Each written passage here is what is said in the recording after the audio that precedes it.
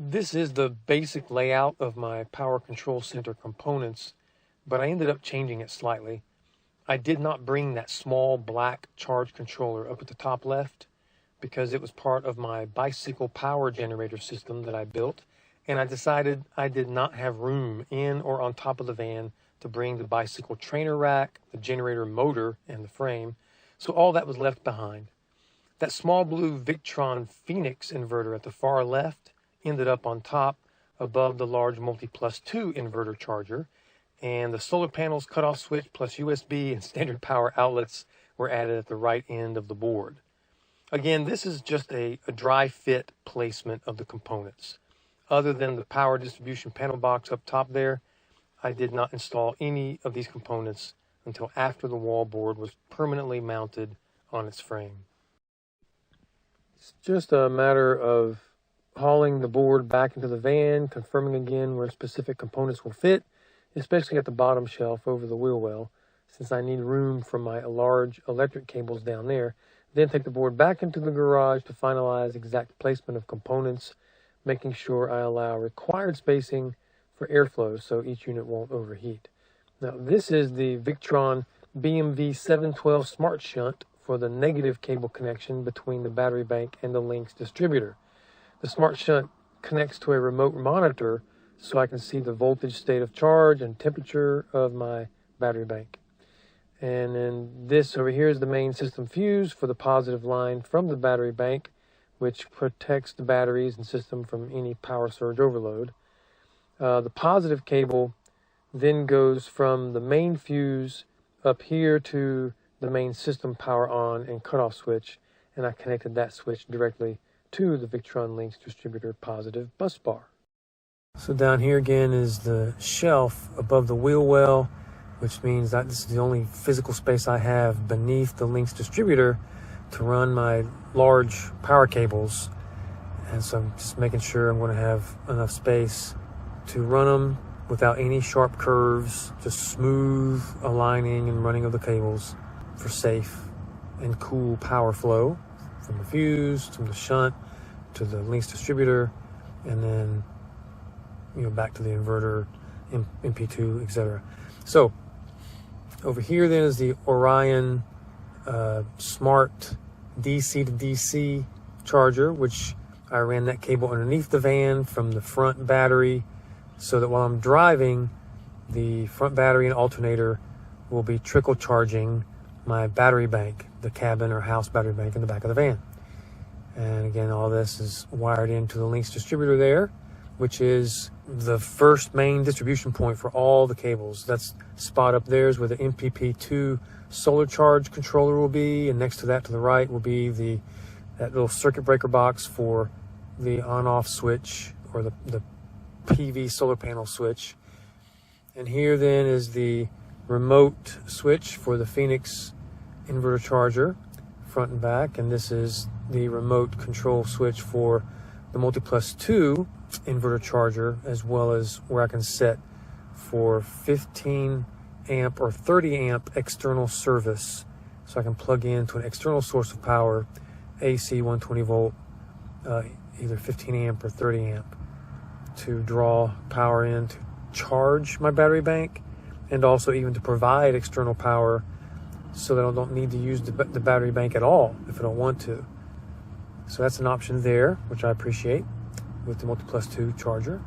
And of course, this is the BMV 712 monitor, again, which goes from that BMV 712 shunt.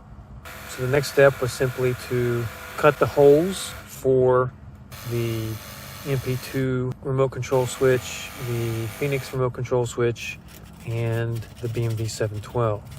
So when I measured the back of the BMV 712, the measurements stated online are not accurate because you actually need a 2 5/16 inch hole saw to cut that hole.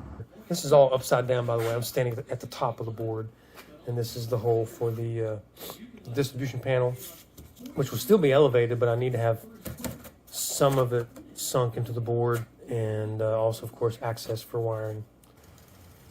So it's a step-by-step process.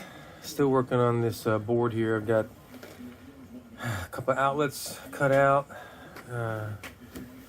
These are double gang outlets.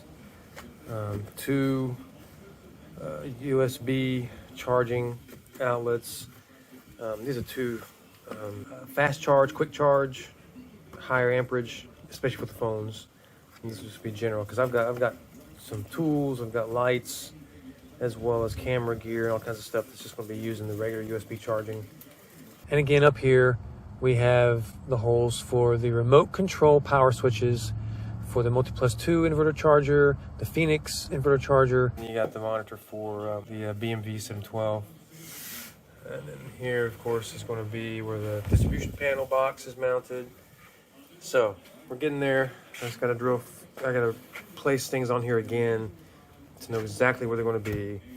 And then I'm going to drill some holes for the wires and cables. Some wires and cables will have to be exposed, on the surface of the board. But whatever I can get behind the board and hidden from view, I'll try to do that as well. And then each of my Magnadyne USB charging outlets has 4 inputs or 4 plugs for charging.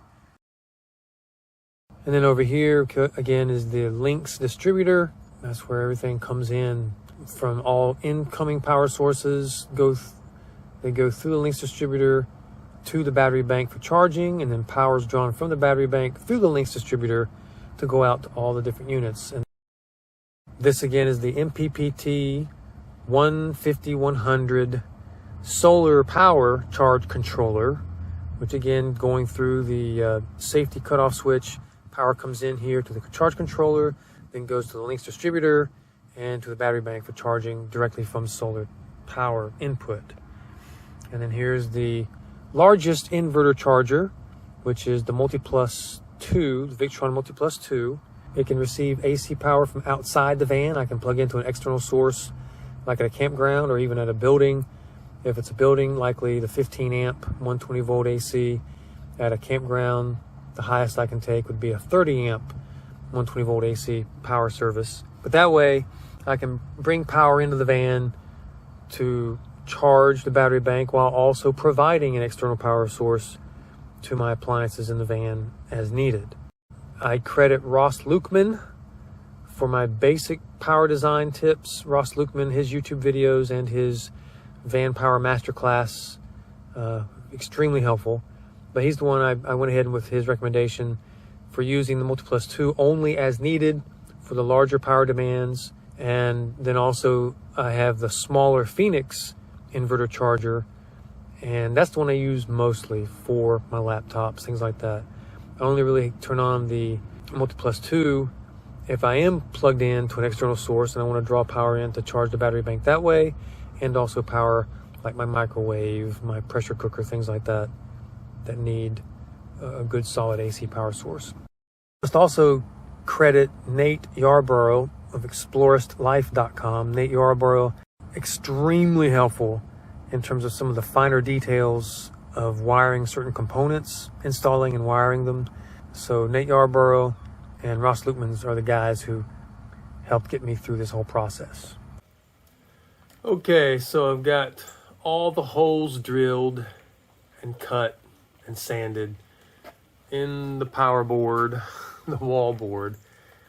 This is the back side of the wall board, which will not be visible. It's painted right now, so I can start working on getting everything else. But before I could do this, of course, on the flip side, I had to place all the equipment, mount all the equipment, get the holes marked for where I wanted cables to go. Because again, I wanted as much wiring to be on this back side of the wall, just for protection purposes for the wiring. Some will have to be visible and exposed on the front because the cables are too big, not flexible enough, and or spacing and distance, is just short enough. They'll just be on the front surface. So anyway, now I've got to put the board back into the van again to try and get the angle of the bolt at the top.